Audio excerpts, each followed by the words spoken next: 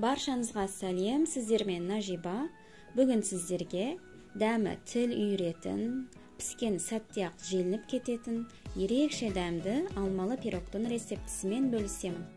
Видеоны соңына дейін қарап, арнама тіркеліп, пікір қалдыруды ұмытпаңыздар. Ең бірінші ыдысымызға 3 жұмыртқа және 1 стакан қантты салып, екеуін жақсылап, миксермен аппақ болып көпіргенше араластырамыз.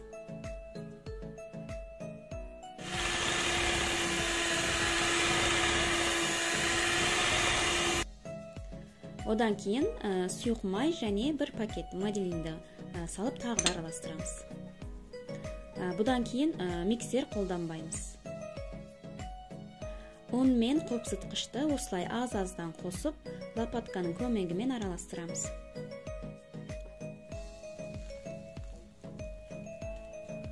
Массамыз осындай өте қатты болады.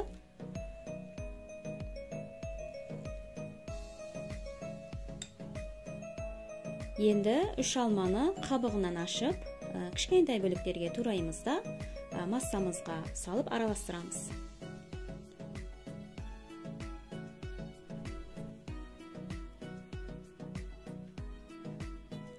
Массамыз қатты болғандықтан араластыру кішкене қиын болады. Формамызды майлаймыз.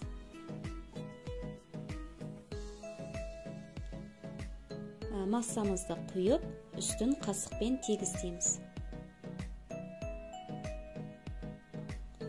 Алдын ала қызып тұрған 180 градус пеште пісіреміз. Міне пирогымыз пісіп шықты.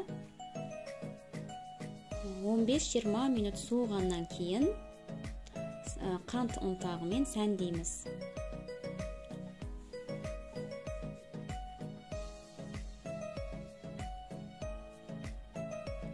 Өте дәмді болады. Ыстық кезде-ақ желініп кетеді. Міндетті түрде жасап көріңіздер. Арнама тіркеліп, пікір қалдырып кетіңіздер. Ас болсын.